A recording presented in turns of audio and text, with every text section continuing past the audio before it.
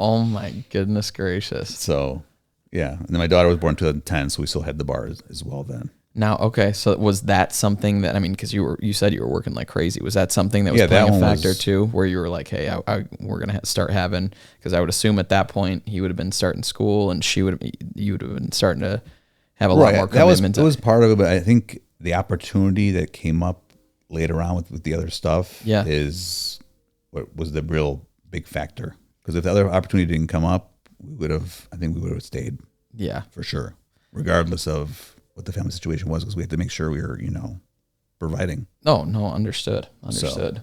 And so what, I mean, would you say that was selling the business? I mean, not many people could say that they've bought a business, then sold it after. Was it something that you're very happy with after the fact? Was it good for you financially? It started out good, didn't turn out very well. Okay. I ended up selling to a friend that ended up getting sick and passing away, and we didn't kind of fulfill the whole obligation of the money that was due. We did a land contract with him as well. Got it. Okay. Yeah. Interesting. But overall, I mean, it was, overall we've done okay, so I don't think we have anything to really complain about. Yeah. So. Interesting. Yeah, like I said, it was cool to hear. I've never really talked to anybody that's bought a business pre-existing, and definitely no one that I know has sold one. So that's very cool. So what was that transition like at that point? So were you already set in stone? Were you doing? I was already doing at the trucking company. Got it. Yeah, because at what point were you doing that? That company at 2010. Okay. So I was doing both for 5 years. Got it. So when we sold the bar, then I just focused all my attention and efforts over there. So it was a kind of a relief. Oh, for sure. Because there was days where I would leave at 8:00 in the morning. I wouldn't come home till 2:30 in the morning. So I go from one place to the other. That is thing. That's unbelievable. Yeah, so like I wouldn't see my kids for it would work out. So if I did it 2 days in a row, I wouldn't see them for like 3 days. That's you see them on Monday, you wouldn't see them again until Thursday. So I have to ask now that you just so casually say that, and I swear you get the number of people that I interview, you just so casually say things of that nature. Where did that work ethic come from? Where did that, again, you say it so casually, like that's just a normal thing. Like, oh, I just had to do it. But that had to have come from somewhere. Cause I can tell you that 95% of people on this earth would never in a million years work a shift that's that long ever. Yeah. So where did that come from for you? I was imagining it probably came from my parents.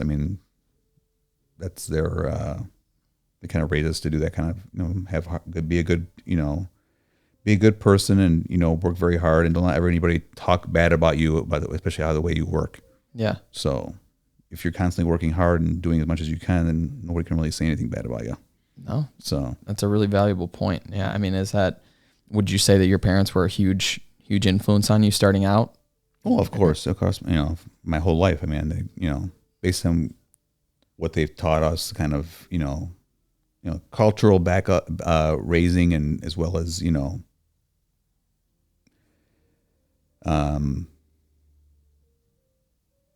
being, I guess religious based as well. Yeah.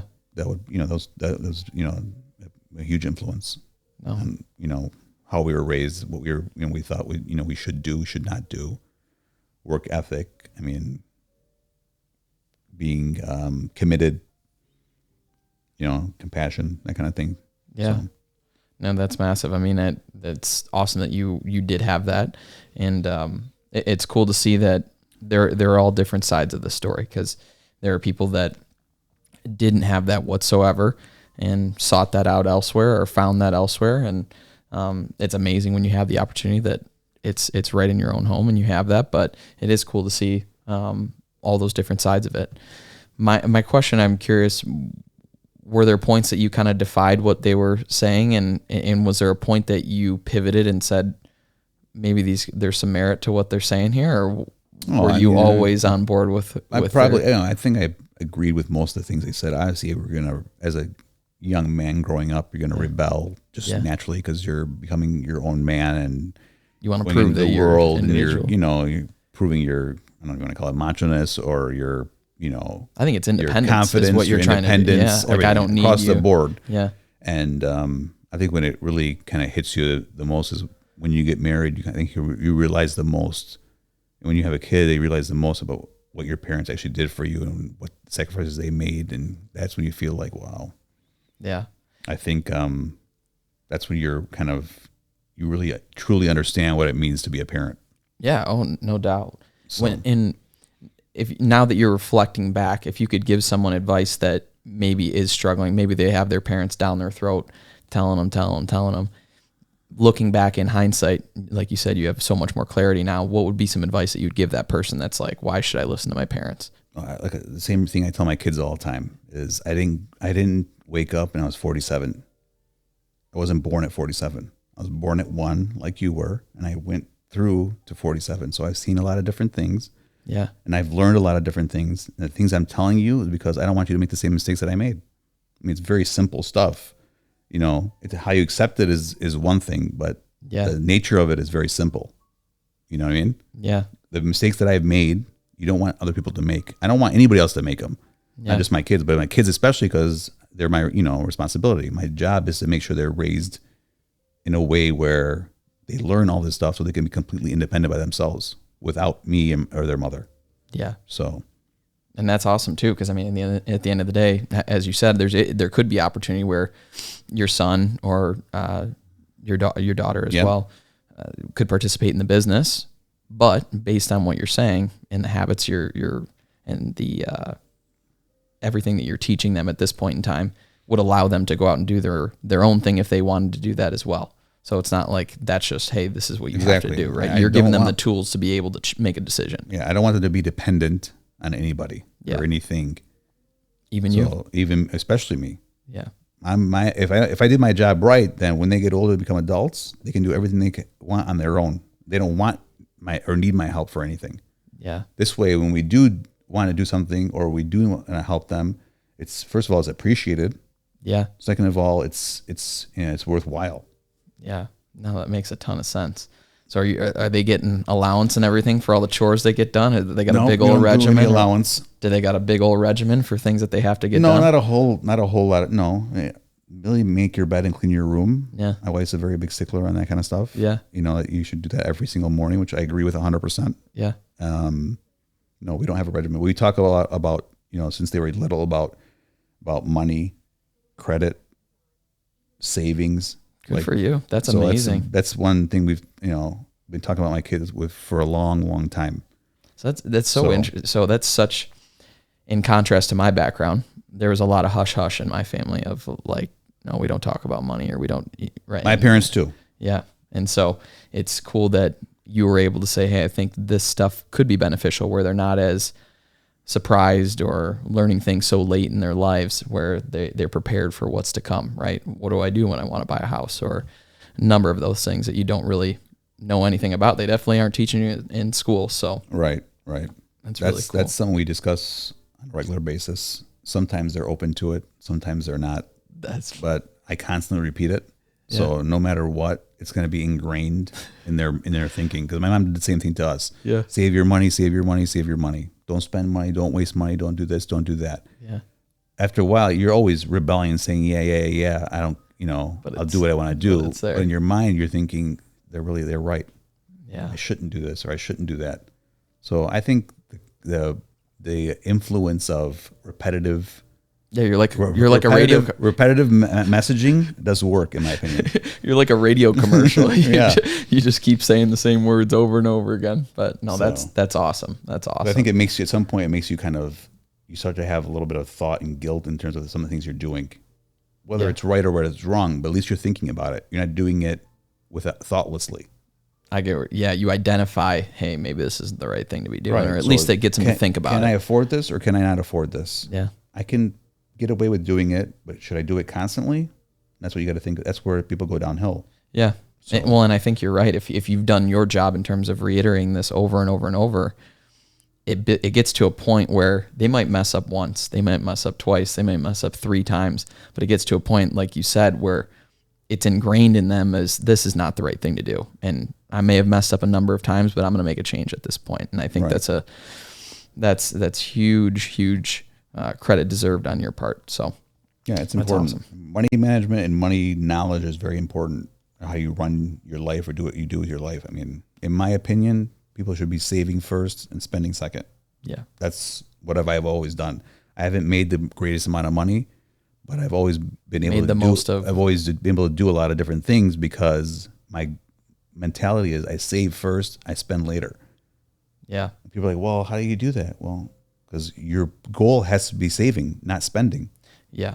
And do you have a framework then in terms of what is worth spending on? Because I think everybody has a different philosophy on, well, how do you put a dollar amount on an experience or what? There's everybody has different views on this is something that's valuable to spend money on, right? Right. That's that perspective is, I guess, to each person is it's hard to inflict your thought process onto them and make them agree with you on what you think is valuable or not valuable. Yeah. But if you bring it down to realities of for instance, cars, originally when we first started out, I never wanted to spend more than 10% of what I made on a car. Yeah. Yeah. Because it's too much. Yeah. If the company's paying for it, it's a different story. Yeah. Then I have a problem. If somebody else is paying for it as a perk for employment or whatever it is, then it's not an issue. But if it's coming out of your pocket, you need to at least think about it in terms of some kind of percentages and say, hey, I should only allocate this much. But that 10% too, you got to be careful with it because the more money you make, that number gets much bigger. Yeah. So you got to cap it as well. Yeah. There's certain things, and it should be take home as well. Right. That's very important. I live way below my means. Yeah. Always. So, but I can do things that I want to do. I want to go somewhere, I go. Well, and that's what I was going to ask you. What is travel? Is vacation? Is that one of those? Is that one of those things that we just got back from Paris? Nice. We just went to Paris in the end of June. That's First awesome. time took the family to Europe. None of us have ever been there. That's fantastic. It was a great trip. Nice time. We had a good time. Love it. A lot of nice sights. A lot of historic sites that we saw. I love it. It was great. And you've only been able to do that through the saving that you've done over the years. Right, so. Exactly. I mean, in my opinion, yeah. That's awesome. For sure. All right, so I want to jump back into where we were at. So you are making this transition. So it was 5 years you were doing both, you said. And then you were able to go full on. Yeah. Were there any things that you took from that other experience that you then brought into, okay, now that I've got all my time and energy that I can allocate to Metro, what did you implement from what you learned in the other business? I'm curious if there's something that you took from that. Well, a lot of the same strategy in terms of, like whatever we could do with regards to cost cutting.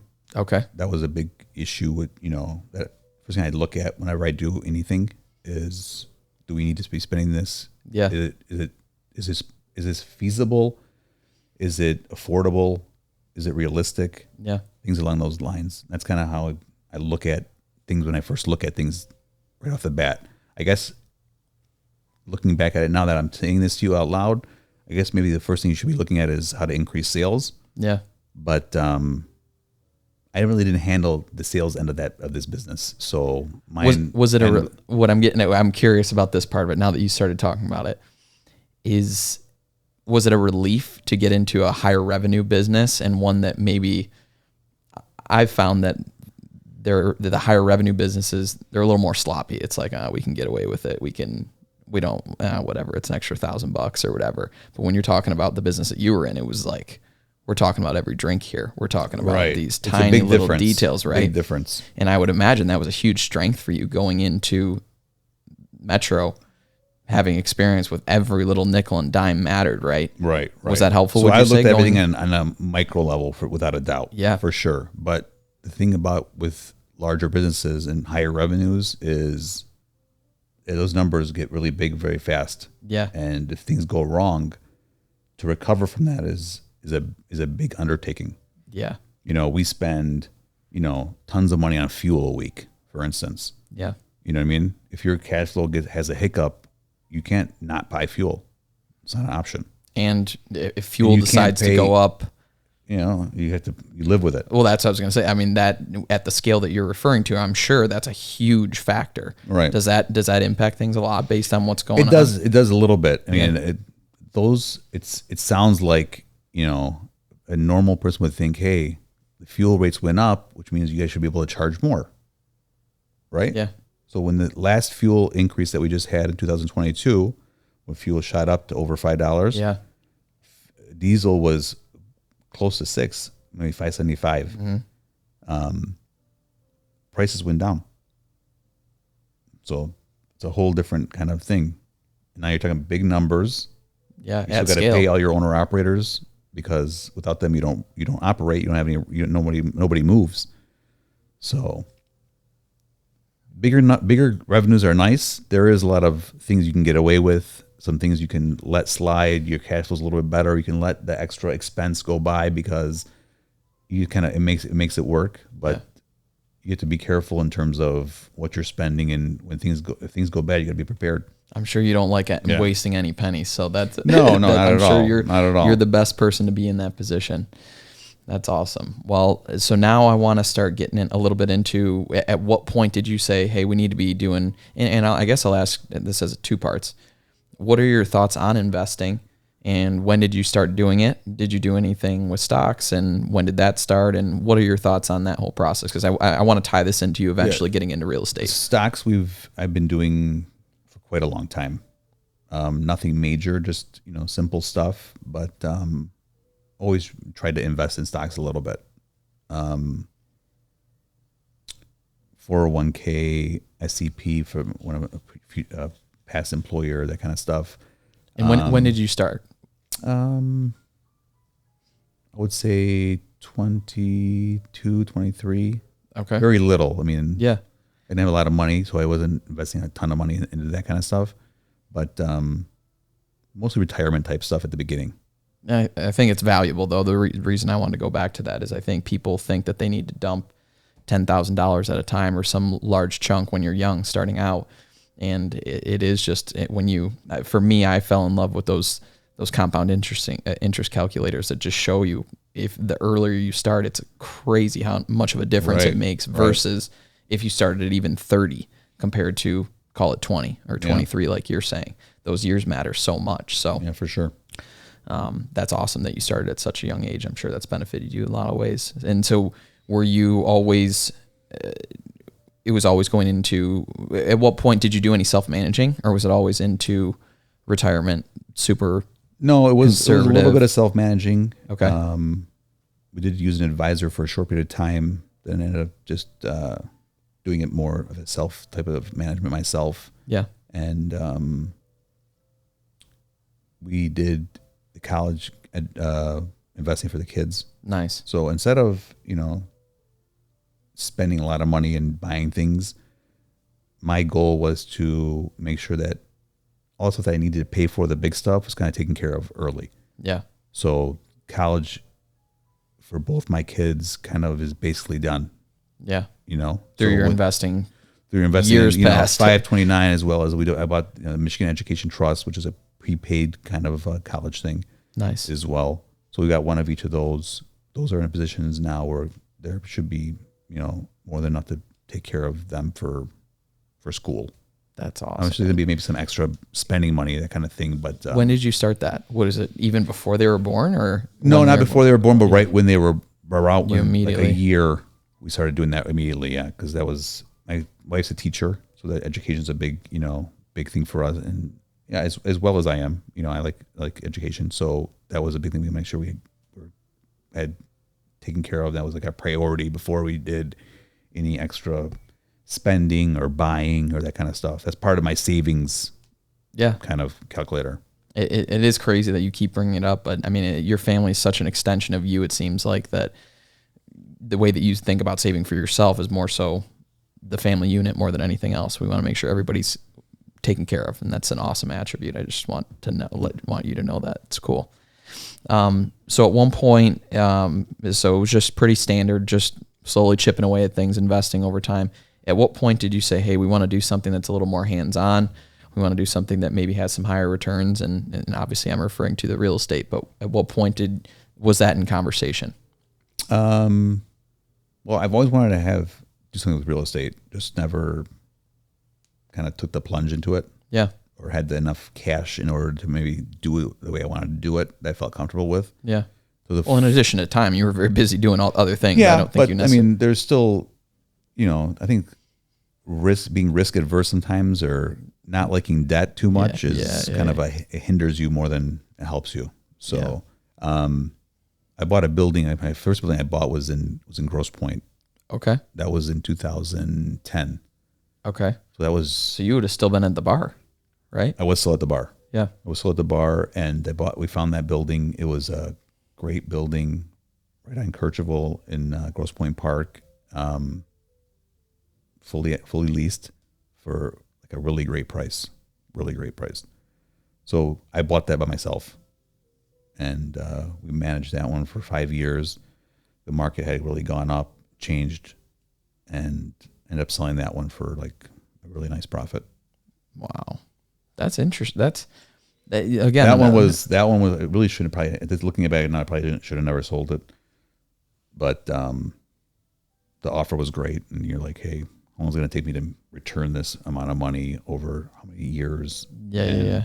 I can get all one up front, and then my idea was to buy something bigger at the time. Yeah. There wasn't anything available at the time, but we ended up moving it around and doing some stuff. Okay, that's great. I mean, so did you have, this is another thing that I feel like you just didn't necessarily, you just kind of dove right in without much experience. I didn't have any experience in it, but I looked at, I've been doing a lot of reading and studying and talking to people, and what do you look at when you buy a building? What the factors that you include? What kind of financials are you looking at? What do you think, some good attributes of a good building are? Yeah. And after I looked at all that stuff and kind of kept reading a lot of different articles and things of that nature about that kind of stuff, I kind of figured, it's a good idea. Let's try it. That's awesome. And the insight to kind of follow the market and say, hey, I think it's a good time to exit. That was a great time. Yeah. That was a great time to buy. I knew that was a great time to buy because they were still in the recession. Yeah. The things were very cheaply priced. Looking back on it, I should have took everything we owned and bought everything. Yeah. But again, that's a lot of risk at the time, but it was a good time. That's for sure. Those times. It's an interesting now that question. I'm older, did you guys understand how good of a time it was when it was happening? Because I'm sorry, I was too young to be honest with you. So a little bit. Not. I guess I understood it. I just didn't have enough means to take advantage of it all. Okay. Per se. But did you understand how good it really was? Like how good of an opportunity? Yeah, was that I like knew something that people were talking about? The buildings were very cheap. Yeah. And at the rate that they were at, people were saying, "Oh, real estate's never going to come back." It came back twice as good as it was before. So that's interesting that would have been a thought though, that they thought that it wouldn't come back. People were because everything dropped and it was so drastic. Yeah. They're like, no way anything's going to be back again, but it always comes back. Yeah. It's always it's a people fact. I was going to say people have to do stuff. There's too many things involved for not to come back. People have too many loans out there for values not to come back. The economy would have really collapsed. It would have been a horrible situation if, tons of people already lost their stuff, but it would have been double that if things wouldn't have came back. Okay. So what would be maybe just a quick piece of advice that you learned in your first property that you bought?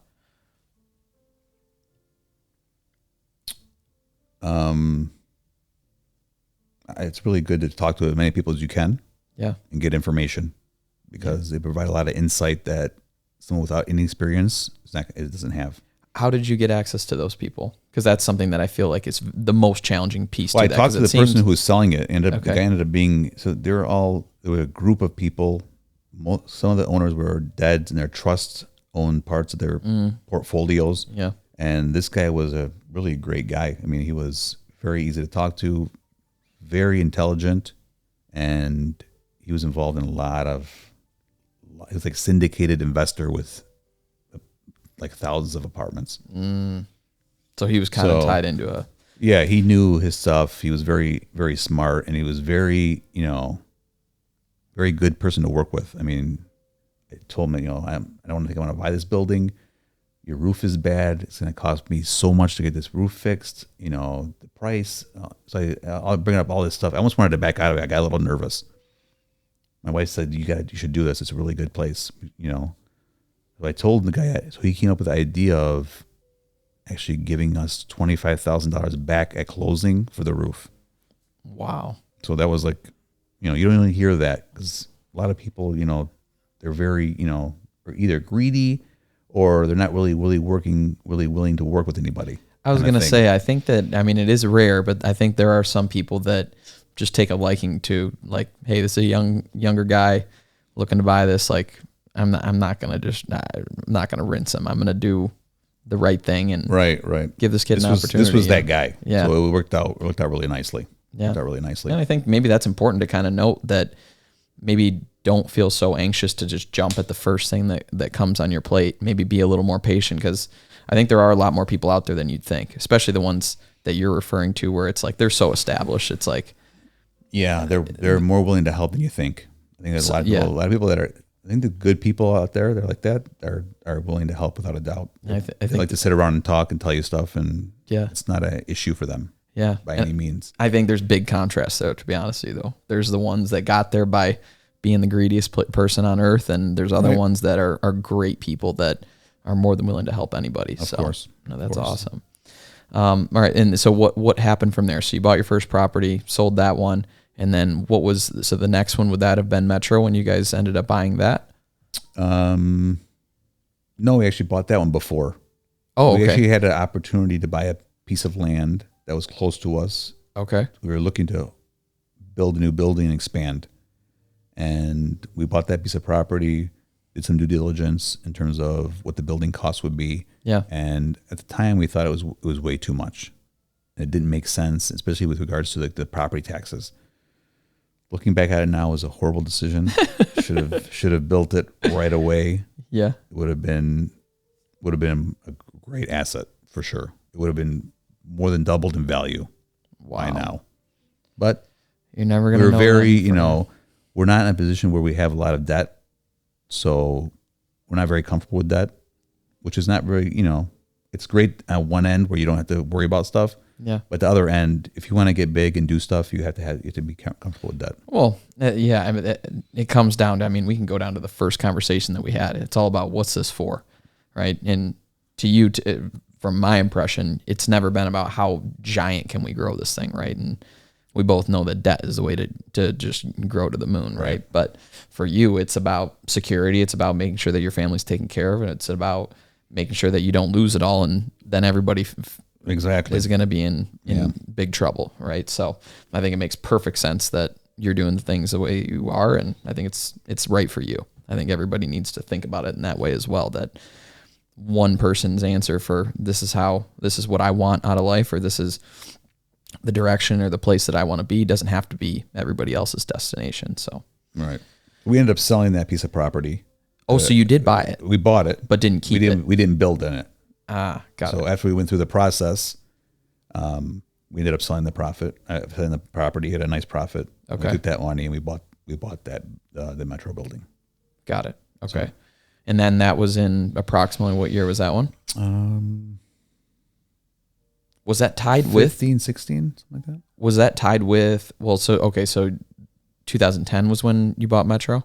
Well, my brother bought Metro in 2010. Yep, 2010, and then 15 you guys ended up buying the building. Something like that, 15, 16, something ballpark. Like those lines. Cool. Yep. Okay, and then so things are going well, you're doing that. At what point did you want to get it? So this is obviously within your own business, so things are a little different in that situation. Yeah. You're incurring it as a business cost, right? Right. At what point did you acquire our spot here? The end of 19.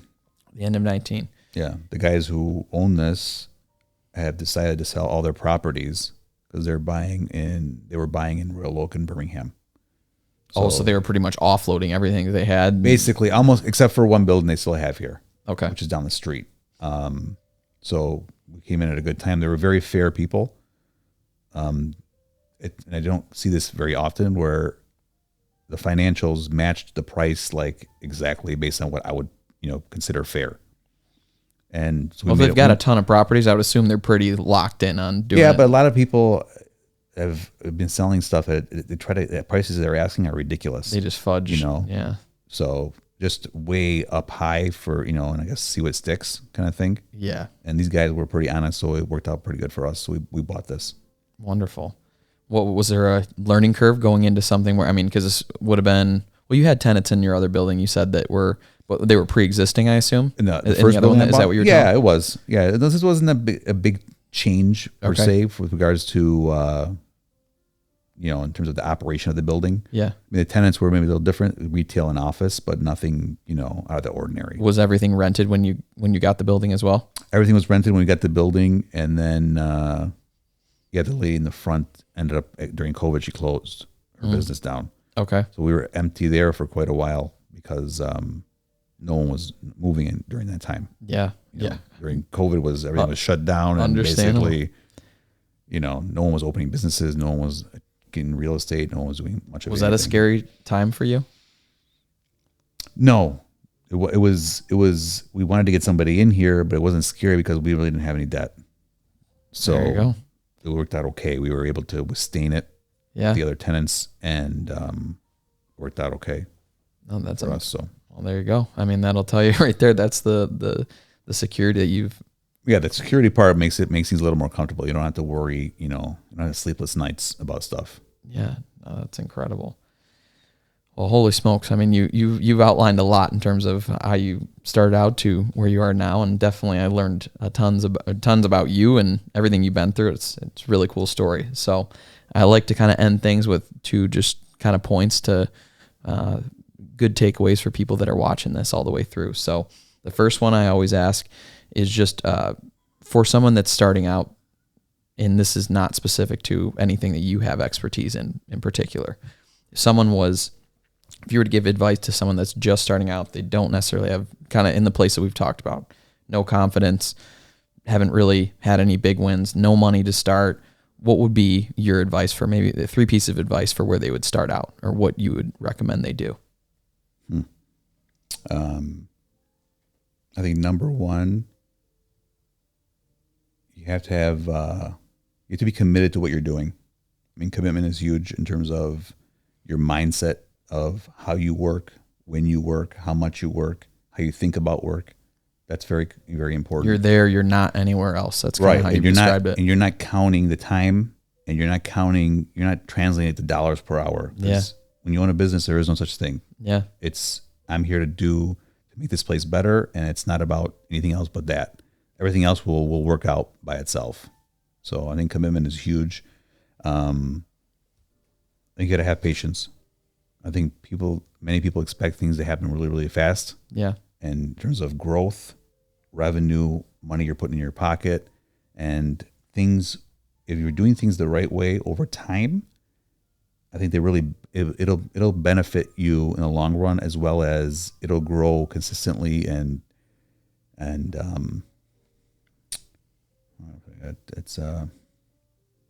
think it'll grow consistently as well as profitably throughout the whole process.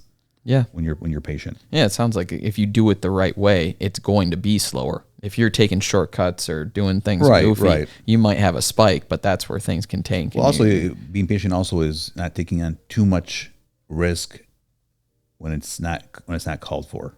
Yeah. You're trying to grow too fast, for instance. So you could be doing all the right things, but if you're trying to grow too fast, you're end up putting a lot of money into areas where it might not benefit you, or your company's not ready for it. Yeah. You know? And you have a third? And the third one is you got to hire the best people.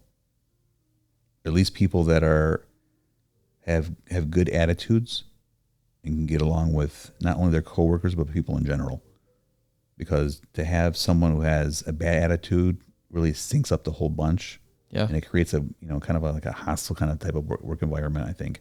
Yeah. People that are even keeled, good personalities, willing to work will take you, I think, a lot farther than someone who's a hard head or, got an attitude issue. Yeah. Without a doubt.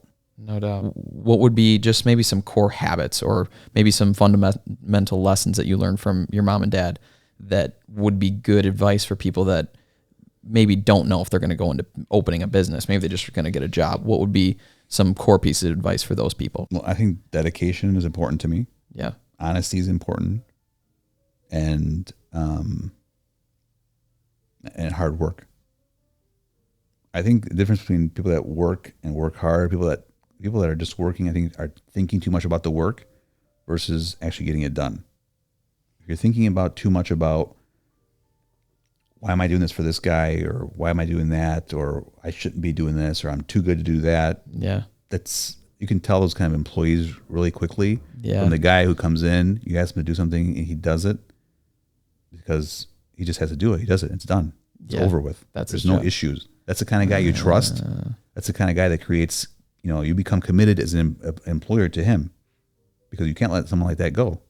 Yeah. You know what I mean? That's an interesting way to put it. I've never really thought about it that way. You're right. The people that aren't doing the work are stalling or whatever reason you could have. You're thinking about the work too much. Yeah. I did that. Or their role or as position. A kid before. It's not a good idea. No, it's a really interesting insight. So, well, I want to thank you so much for being here again in both ways. Again, for allowing me to host the podcast here and be able to do this at all. And secondly, for you taking the time to be here and opening up about your inviting me over. It was great. Awesome. Nice talking to you. Very good. All right, guys. Well, I want to thank you all for making the time to learn today, believing in the possibility that life can be better, and challenging yourself to grow. I believe that everybody's pursuing what they feel to be their dream life, and hopefully today you got one step closer. We'll see you next time, and never stop pursuing precision. So that is going to conclude episode 10 with Alexi Georges. I hope you guys enjoyed it as much as I did.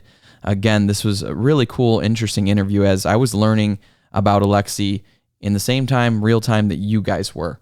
So it was really awesome to kind of learn his story, learn about how he was able to get to where he's at, and fortunately put myself in a position where I could even host my podcast through his real estate. So a really cool experience for me to do this interview. Hope you guys enjoyed it. I'm now going to recap the top 3 things that I learned. 1, know why you work so hard and what it's all for. So in the first 3 minutes of this interview, Alexi immediately dove into the first thing that I think about in the morning. And when I went to ask him about how he conducts his day, first thing he thinks about in the morning is his family, is his kids, is his purpose.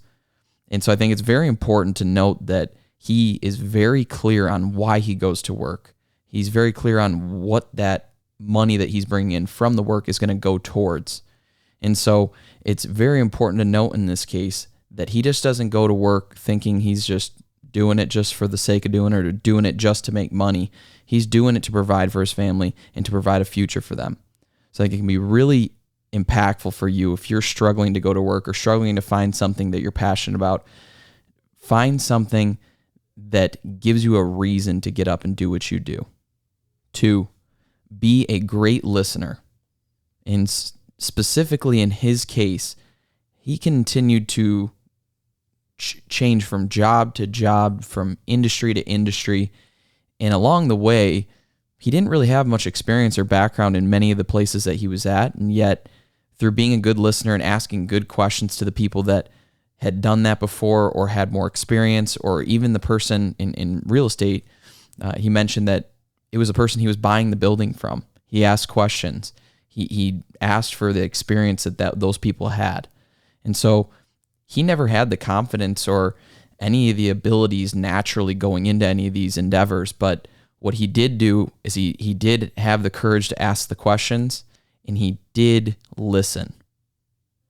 3, every new experience is a new opportunity to take a step forward in your life.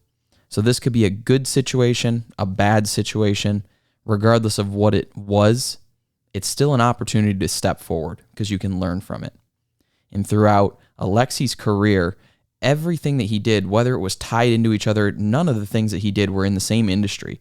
And yet he learned something new from that industry and took that as a step forward into his next endeavor. And again, all of these things weren't wild successes. He mentioned a number of different times that it wasn't the greatest decision that he made, or the job didn't work out the way that he thought it would. But it forced him to learn, it forced him to grow, and from there he was able to move forward in his career and eventually get to a place where he's incredibly happy doing what he's doing and obviously very successful doing it. All right, guys, I want to thank you one last time if you stayed all the way through this entire video. I hope you took some really valuable lessons from it, and we cannot wait to see you in the next one. Never stop pursuing precision.